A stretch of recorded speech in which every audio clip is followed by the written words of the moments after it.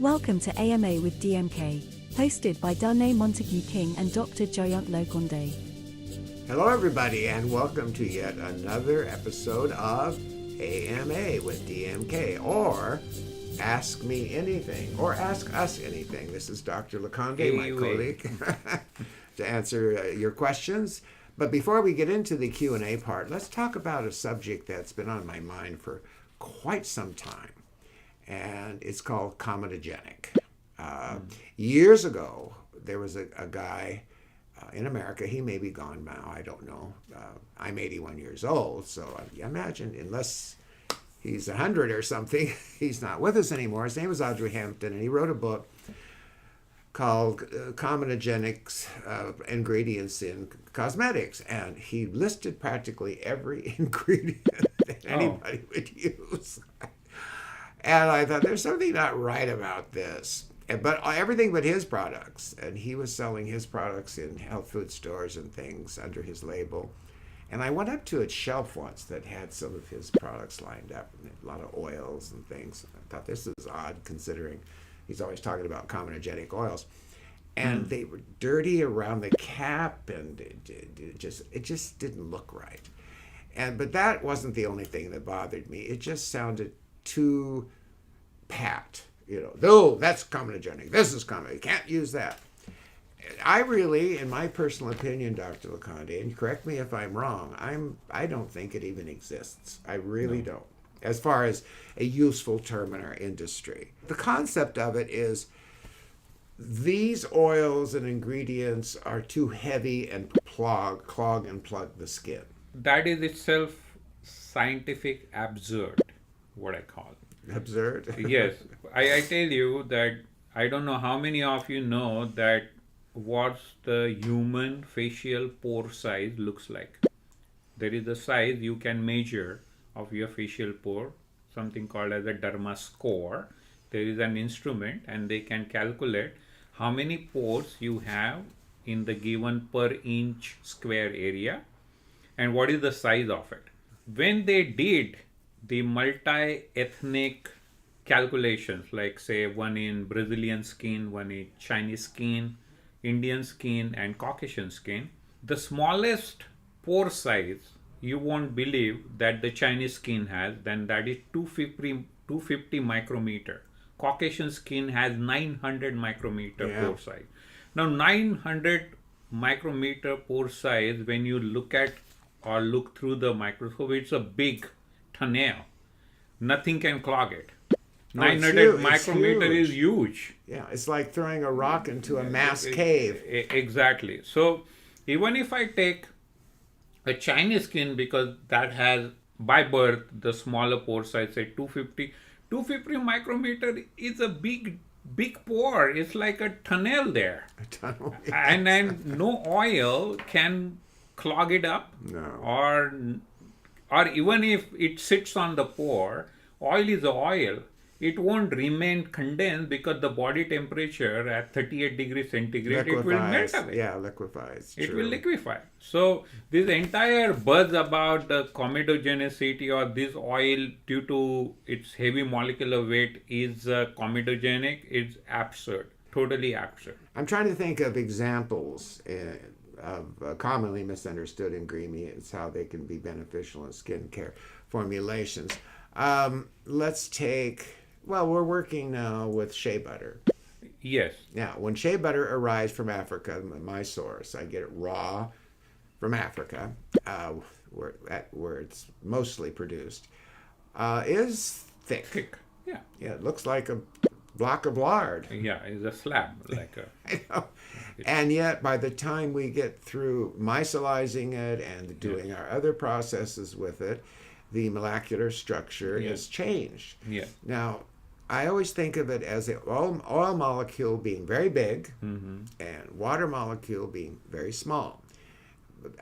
Oil molecule is much lighter in molecular weight, even though big in size, and water is much heavier in molecular weight. So that's why That's why oil suspend on the water. Yeah, they reject each other. And in order for us to do our oil and water or water into oil formulations, we have to break down the molecular size through fractionation or distillation, micellization, till whether the oil molecule piggybacks onto the water and goes into the skin. It's like we do when we spray urban mineral mist And CBE. Yeah. Okay. Years ago, when I first formulated AccuCream, that was all we had for acne treatment beside quick peel and enzymes and so on. That was it. Oh, and the AccuTherm. Acetone. Yeah, but we didn't have our Accu system and all of that. Yet I was doing very well around the world. We were getting great results. But people would often look at the jar and say, oh, but it's got this oil and that oil and this oil and that oil. And I'd say, fine, but you're not breaking out, are you? Well, no. That's because these are fractionated and they have nutritional benefits that even acne skin needs to be healthy, good skin and be in homeostasis. And I request you, Dine, now to talk about your typical axis, what you call acne axis, how it gets triggered, and what role skin microbiome plays in causing acne. When I first did my silicone foundation, we advertised it as actually beneficial to acne, because it is. And it got its popularity in the movie industry simply because a lot of people, actors that would break out, they would be afraid of the regular oil-based foundations that the industry has used for years. So until they got cleared up, they couldn't come on set. With our foundation, not only did it cover all that completely, but it did not cause them to break out. In fact, it helped the areas to heal because there was no bacteria. Silicone rejects bacteria. It cannot clog a pore. And in addition to that, think of a volcano. That's the pore, right? And you've got my silicone foundation over everything. Now let's say that volcano wants to erupt. What happens? The silicone is like a ping pong ball. Just goes to the side. So it doesn't interfere with anything. It does not attract bacteria. And bacteria, two things contributing to acne, hormonally and bacteria. Yes.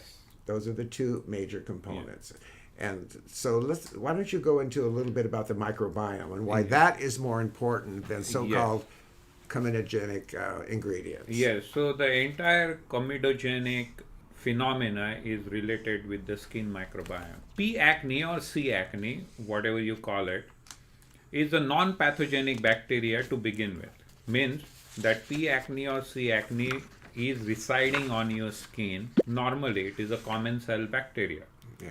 Now, when that non-pathogenic bacteria or common cell bacteria turns into the pathogenic bacteria, then it might cause acne vulgaris. Might, not necessarily it will. Because the skin microbiome dysbiosis stays for a longer time.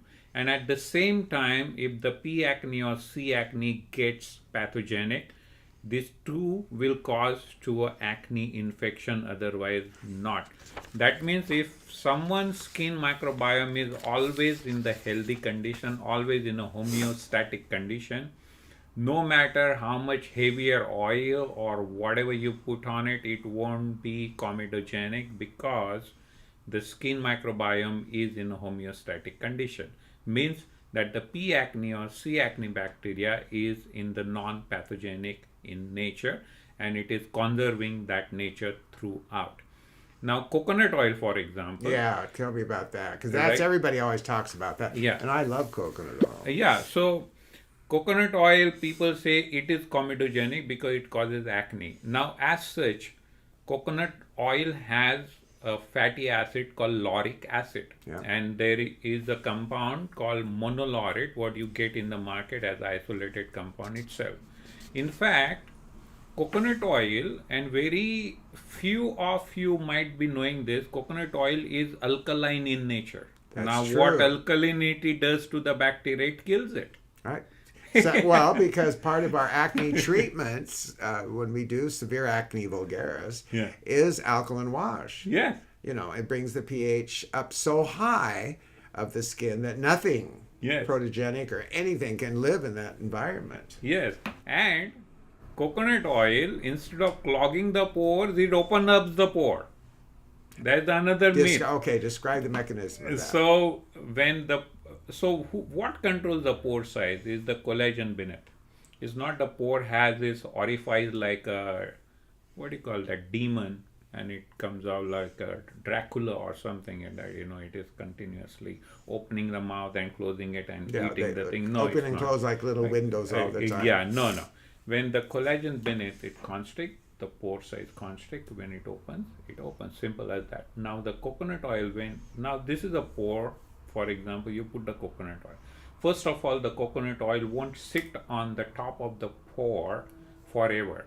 Maximum 30 seconds, because when you put the condensed coconut oil on your palm, it liquefies within 30 seconds. It's true. If it is condensed. Now when you put it, it is already in a dilution and it will cover up the entire sebocyte, means sebaceous gland has a nice epithelium made up of the sebocyte which secretes sebum. Now it will coat it. Now it will go up to the dermal papilla region where the hair bulb or that the bulb region is, because sebaceous gland, exactly beneath the sebaceous gland is the dermal papilla where the hair root is there. So it will go at the hair root and it will sit there because that is where the action of the coconut oil is. It won't sit in the sebaceous gland forever. Maximum 1 or 1.5 minutes. Maximum. I've never heard that. And it will gravitate towards the dermal papillar base. Simple as that. You have to again refer back to the simple anatomy Anatomy. Anatomy of the We are not from Alabama. Dr. Leconde is getting better with his vowels. His English is perfect. It's British English, actually, but it's the wrong emphasis on the wrong syllable. Sorry about that, but he's very good-natured. So understand that comedogenicity has nothing to do with any molecular size and or molecular weight of the ingredient. Please remove that thing from your head and from your heart. Comedogenicity has all the thing to do with whether it will cause skin microbiome dysbiosis, and if the dysbiosis happens, whether it will turn non-pathogenic acne to the pathogenic acne. Simple. And as Dinesh said, that if there is now the hormonal flux inside, all the stress hormone cortisol is ramping up there due to the age difference and puberty. Well, and many younger people that observe horrible skin anomalies on their face when they look in the mirror, stress adds to that. Yes, corticosterone. Yeah. So that entire cortisol will flush up. Oh, I look so terrible. I can't go on that date. What am I going to do? Squeeze. Yeah. And when you squeeze, then the P or C acnes bacteria starts to really turns pathogenic. Yes. Because now you are disrupting the skin microbiome there. Exactly.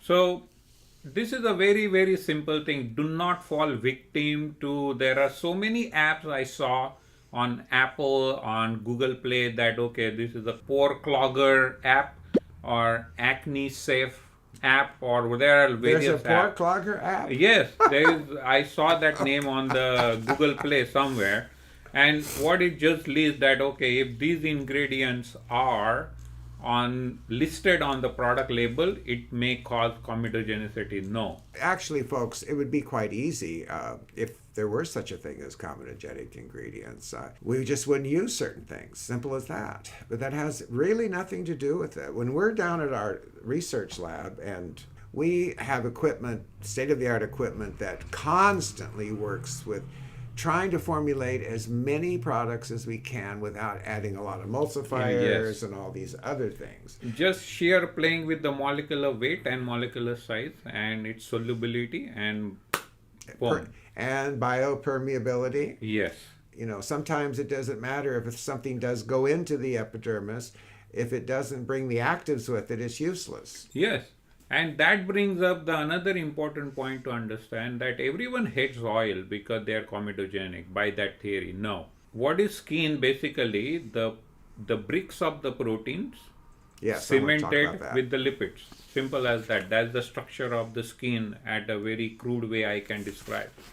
Now, all the lipids in the skin are present in the epidermis, and they are all long chain fatty acid, medium chain fatty acid, short chain fatty acids, and they are all placed so in artistic way. Long chain fatty acid, because they have the heavy weight, they are, you will find in the stratum basilicum or stratum basal and the stratum spinosum. The middle chain fatty acid you will find in the stratum granulosum, and stratum corneum also has certain fatty acid, and they are all short chain. That's why DMK EFA, for essential fatty acid, we have a capsule, has a sea buckthorn oil and evening primrose oil. It exactly constitutes the same kind of lipid structure or the fatty acid, how they are distributed in the epidermis. As the matrix. As the matrix. And that's why it strengthens the matrix. In fact, it increases the matrix. That's why we always recommend more bounce and turgidity. Absolutely. Yeah. So if all the oils are comedogenic, then what skin is doing itself with its own fatty acid? That means skin by default should be the comedogenic. By that logic, right? That's true. So it is not. And I know personally, at 81, I know I don't look 81, but I am, or maybe I do look. I don't know anymore. No, you don't. Come on. But anyway, my body does feel like everything is thinning out. The matrix is thinning, and there's a crepiness to the skin that I did not have before. That's why I'm so desperate to do this research we're on now on crepe and the body. Yeah. Because, you can wear clothes and cover it up, but summer's coming. I just feel I'm eating more coconut oil, and also because there's research showing that this is prosthetic against Alzheimer's, which is amazing. I actually take a big tablespoon in the morning and put it into my kefir smoothie. Yeah. And I'm not breaking out. As a matter of fact, my body says, you need more. Yeah. Even I don't. We eat coconut oil. We deep fry in coconut oil. We do everything with it. You deep fry? Oh yeah. I thought the temperature didn't No, sustain. it's highly stable oil. Oh, it is? Yeah. I didn't know that. So I'm going to try fried chicken.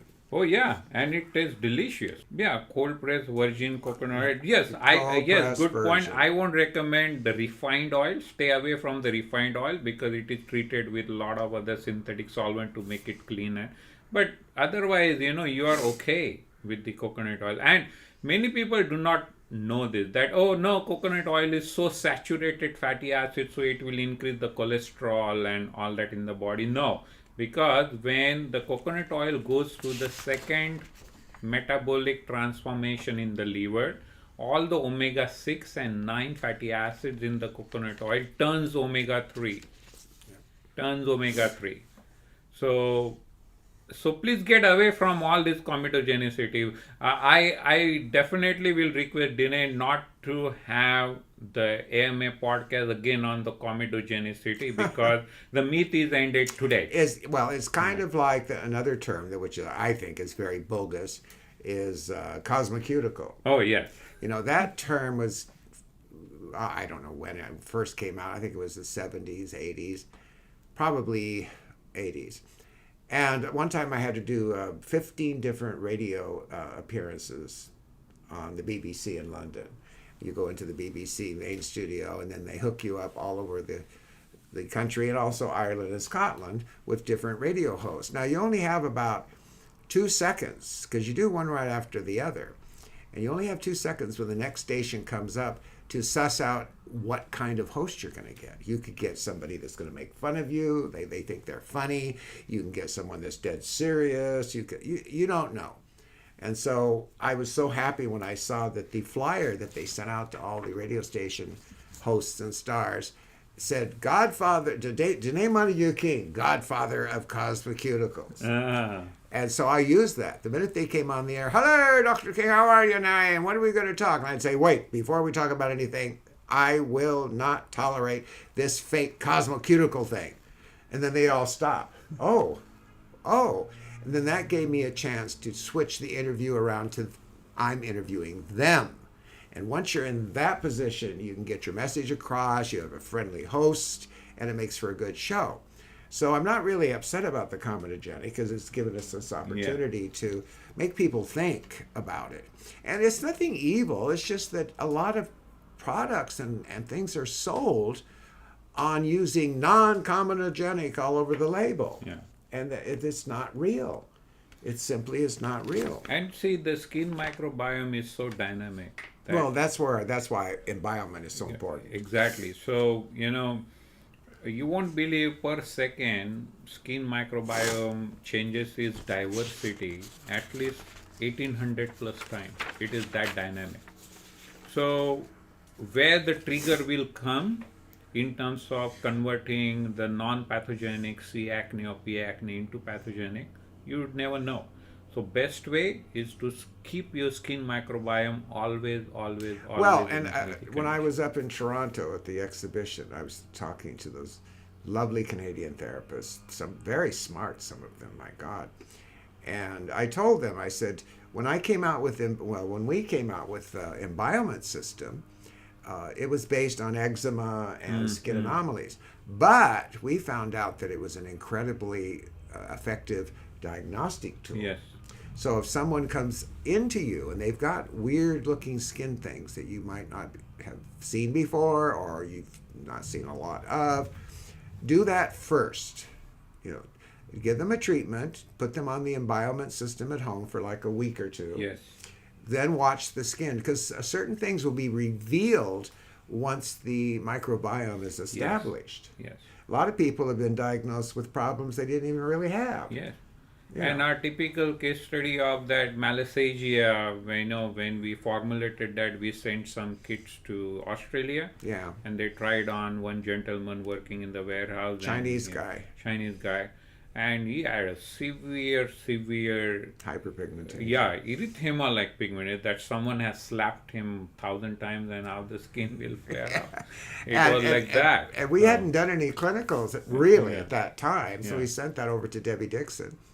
And she gave it to him. He came back the next day, and this is what blew me away. And she immediately took a picture.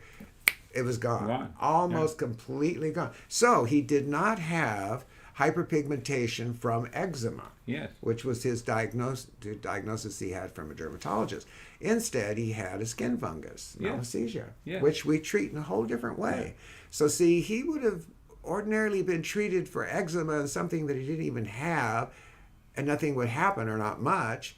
Instead, now we know.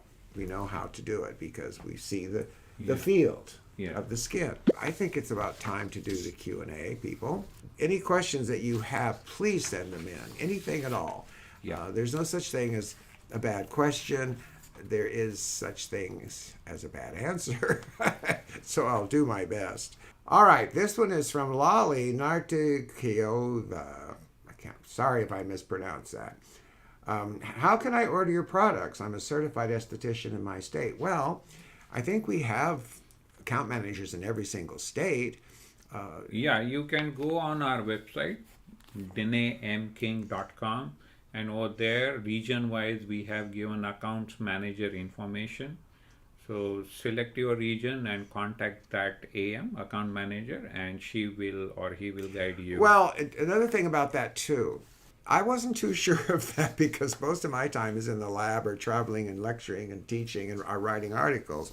I'm not in the sales part of it, but apparently you go on our website, which is DeneMking.com, and what do they have on there, Camillo? DeneMking.com/education, and you just RSVP for the next upcoming fundamentals webinar. The only thing is you have to have a brick and mortar location, but if you're licensed, that's how you do it.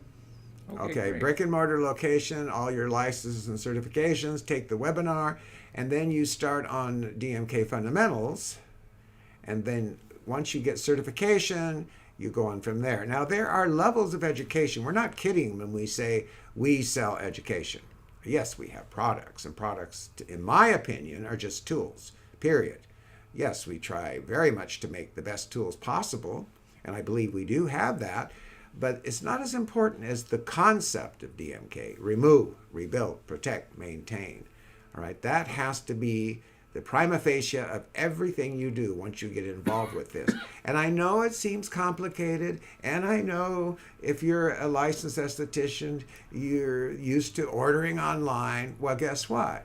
We don't sell online any more than a plastic surgeon would tell somebody, oh, well, I have a scalpel you can order and with instructions on how to do your own facelift. No. It's impossible. People cannot diagnose themselves just by looking at a menu.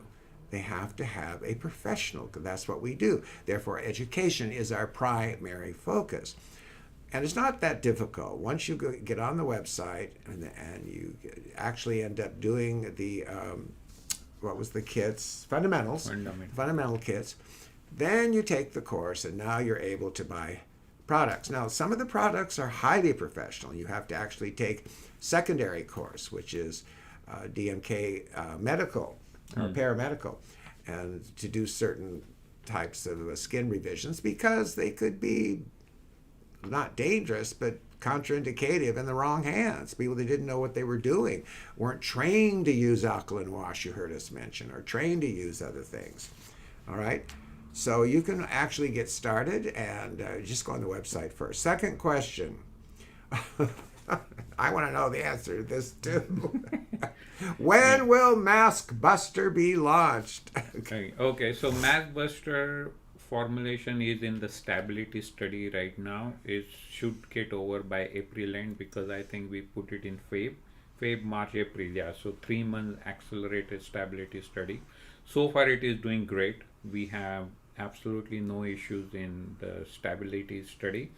We will see 1 more month so that we can safely claim the shelf life up to 20 or 22 months. Are we doing RIP too? We have done RIP test, and it is through.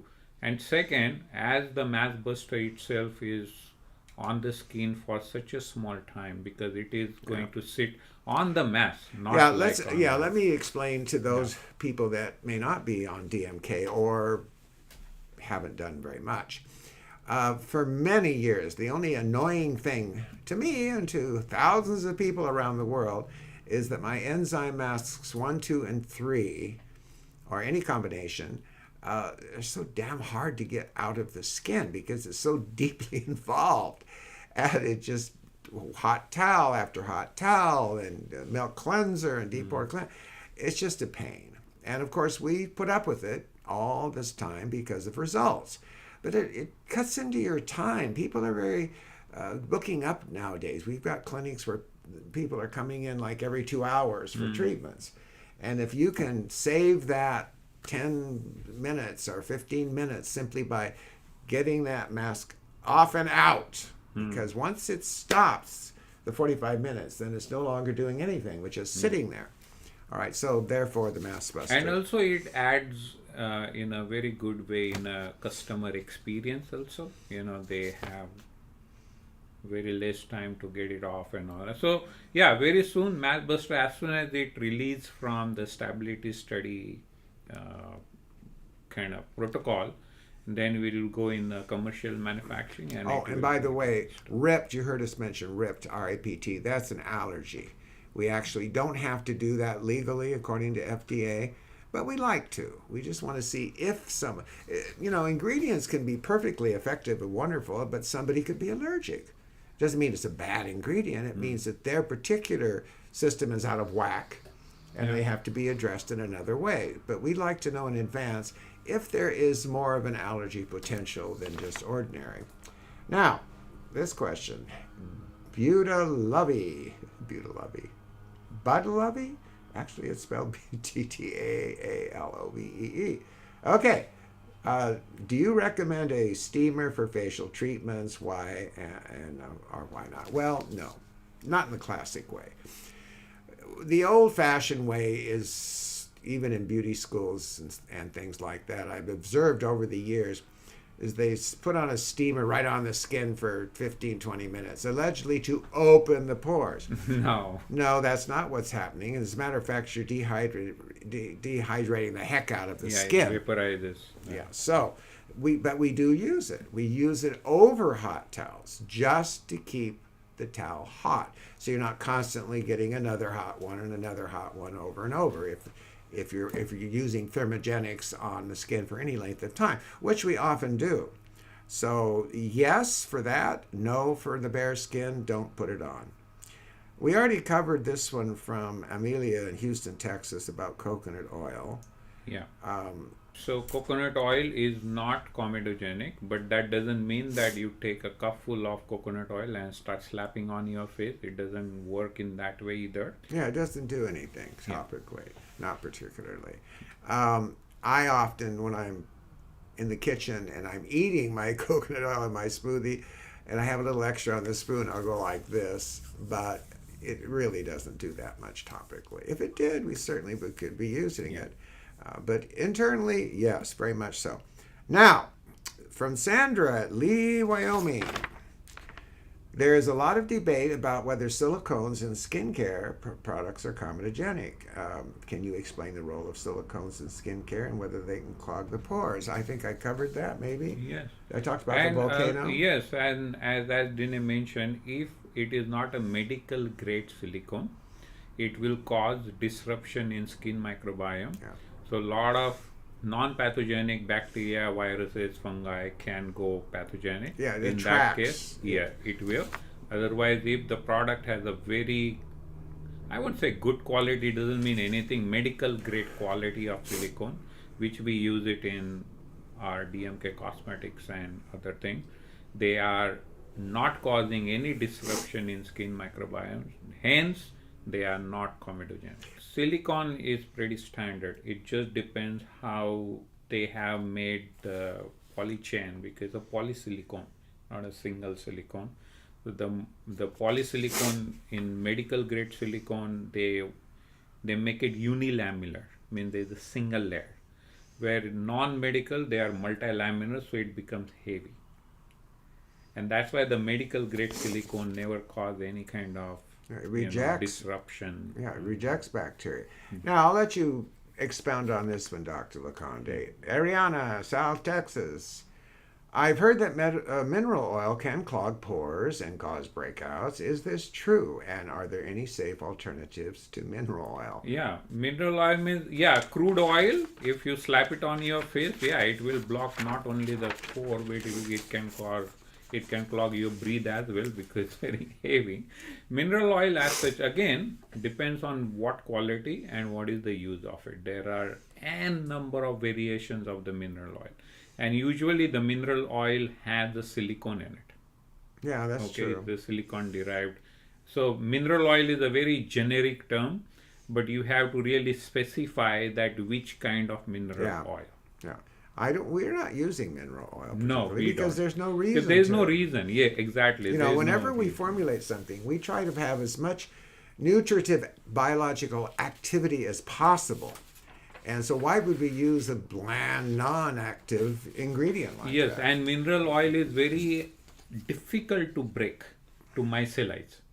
It is a very, the bonds are not that fragile or like any other plant origin oil. Yeah, we don't use mineral oil because it's very difficult to micelize it, work with it, make the emulsion. Plant origin oils are the best for it. And also, mineral oils are cheap. That's why everybody uses it. Use it. Oh my God. All right, this is an unusual, why hasn't DMK made a lip balm? A beta-glucan lip product would be a game changer. Well, yeah, you're right. I actually did formulate a couple of lip products quite a few years ago. They haven't hit production yet. Our DMKC lipstick, age management lipstick, will do exactly that. Of course, if you're a man, you don't want to run around wearing cinema red or something like that. But, you just said it right here. One of the nice things about DMK is that if you come across a certain skin disorder or you have a problem, you can actually create your own product from the toolkit. Beta-glucan and betagen cream and urban pigment oil mixed together. That's what I do. And boom, absolutely soft, dry-free lips for hours. Okay. Oh, and here's another question from Jordan, Tennessee. What can someone take to test whether a specific ingredient or product is causing their breakouts? Well, the microbiome is do that first. Do the environment first. That would be the test. Yeah, you can go to your GP or your doctor and take all kinds of tests related to everything. But, they're only tests of what's there. There's no end use to it. So get the microbiome sorted out first using environment. And as far as specific ingredients, that doesn't even apply. Yeah. Allergy tests will isolate certain ingredients. I had one recently. Yeah. And there was a list of things I could eat and a list of things that I should avoid, et cetera, et cetera. Or you et are cetera. sensitive to, or Yeah. But that doesn't apply to topical things at all. If somebody wanted to open up kind of a hospital for that, I don't know if it'd be popular or not. But get the microbiome first, and then a lot of things will reveal themselves to you and your client. This question from ST Navy is I can't amaze. This question amazes me, and I got to ask you a question. Whoever sent this in. Have been hearing from skin specialists ascorbic acid, vitamin C is bad for skin. Thoughts? Who are you going to, or who are these people? Do you have a reference that I could take a look at? Yeah. Because this is crazy. Yeah, I mean, I'm totally lost on this. I mean, the fibroblast cell is the factory that makes collagen in our skin, also elastin. Yeah. Think of it as a factory. That factory could not operate if it wasn't for the boss of the factory, which is Mr. Ascorbic acid. Ascorbic acid is the main component that kicks the hell out of the three workers at the front door of the factory, lysine, glycine, and proline. They're amino acids. They jump up and start the conveyor belt inside, which is a peptide, and baby tropocollagen is created and various components are added. And then when it gets to the back door of the factory, it's thrust out into the matrix, teenage collagen fibers that swim up and start supporting the old sagging, fraying adult collagen fibers. None of this would happen if not for ascorbic acid, both internally and topically. So whatever they came up with this. And also, for a lot of other enzymes to work in the skin, ascorbic acid is needed as a cofactor. That's true. Because they make that inactive enzymes active. Like you might have heard matrix metalloproteinase, which is a very deleterious or very obnoxious MMP because it accelerates biological aging. The only way you can downregulate MMP is ascorbic acid. It's true. So I don't know who is saying this, why they are saying this. So I'll tell you, I know exactly what's going on, I think. I was at an exhibition a few years ago, and they had a lot of booths that said, contains no blah, blah, blah. It's like going to the supermarket and it says gluten-free on everything, on watermelons. We know that there's no gluten watermelons, but it sells. Yeah. Oh, this must be good. It's gluten-free. So I thought, what if we put up a stand and said, no ascorbic acid, no B complex, no essential fat, all the good things. We put no in great big letters. People would flock to that booth and buy the products simply because it looks trendy. Yeah. All you have to do is say no, this, that, or the other, and everybody thinks, oh, that must be bad. I'm not going to use that. I hate this kind of chicanery in our business because we work hard. We work. You people I know have spent money on your education, on your clinics, on your equipment, everything. Yeah. And then to put up with this kind of fraud, no way. As my dear friends in China say, wo bo yao. No. And also, there is that to make or to feel us outstanding, don't stand out. It doesn't make you outstanding. True. That's a good one. Now, this one here from Vivi Daskin. Best way to clear out sebaceous fulfillments. on the nose. That sounds almost... Sebum soak. Yeah. Oh, yeah, I go, well, wait, this person sounds like they're from overseas using the word fulfillments. I like that. So basically, I know what that means. Large pores. A large pore is a fulcrum. And down here at the bottom is an old ball of pre-deposited, dried out sebum wax. Kind of hard as a rock, and it kind of forces the aperture of the pore open. All right, now there's nothing that will get rid of that unless you have a product or a formula that spirals down and starts to hydrolyze that old sebum plug. And then you also use heat with that. Why heat? Because it's like taking a stick of cold butter out of a hot stove. Out of a refrigerator and putting it on a hot stove. What happens to the shape? It liquefies, okay? The same thing happens when we apply sebum soak. As I said earlier, the fulcrum is spread open at the top because of that hard ball of wax down at the bottom. So the sebum soak sort of spirals down and begins to hydrolyze or break that up. And then with the addition of the thermogenics I mentioned, it changes the shape of the fatty deposit in the pore, liquefies it, and it comes out of the pore very nicely. And then we have another product that will clamp the sides shut, called pore reduction drops. Now, I formulated both of these products to be iontophoretic or iontophoresis, meaning that you can use your galvanic. Now, galvanic is one of the unsung heroes of this industry. It's one of the few machines that actually does something. Yes. And yet, it's old, and they're sitting all over people's clinics with cobwebs. I've got two at home, but you have to use them more. Why? Because it speeds up the whole action of that product. Now, sebum soak is a vital part of the cleansing. I've been into some classes around the world, DMK classes, where they didn't even mention it. Oh, we've got so many other things to cover. But this is vital to getting those pores emptied out. Yes, sebum soak, epitoxyl, must. Well, and that epitoxyl too, because epitoxyl is a vaporizer. Once all of the impurities are on the surface, then it vaporizes it away. That's why it smells sometimes. People will smell. Yeah, and it's very important because that can give you the clue that what people or clients are doing in their diet, and if they're, like sometimes they can smell garlic. In fact, I don't even want to talk about this treatment because I want to go down and have one day. I call it Rhinovac.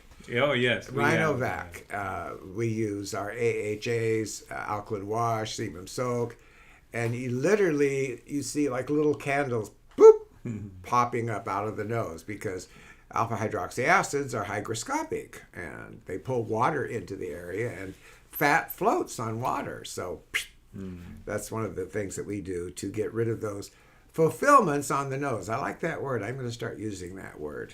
The last question we have is from Mivi Daskin. What is the best home care regimen to help with PIE? Well, I hate acronyms, but we have to deal with them. That is post-inflammatory erythema, PIE. PI.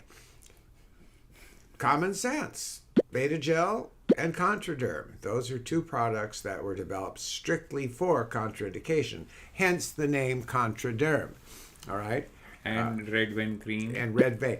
I'm proudest of red vein more than almost any of my old formula. I use it myself because at my age, anybody that's over 70, maybe even 60, who knows, it depends on your genetics, but you end up with these weird bruises that appear out of nowhere. Well, of course, the skin gets thinner as you get older, and it's much more susceptible to pressure damage. But if I'm going out in my rose garden or anywhere working outside, I'll come back in with all these weird bruises. And all it is a vascular. I put red vein on it, and within 24 hours, almost gone. And plastic surgeons report that when they do facelifts, etc., there's a lot of hematoma, and boom, an enzyme 1, and then followed by red vein cream, and it's out of there. Yes. It's amazing. So those are the best care, products. And one quick tip on the red vein cream. Suppose you have a bruise of this size.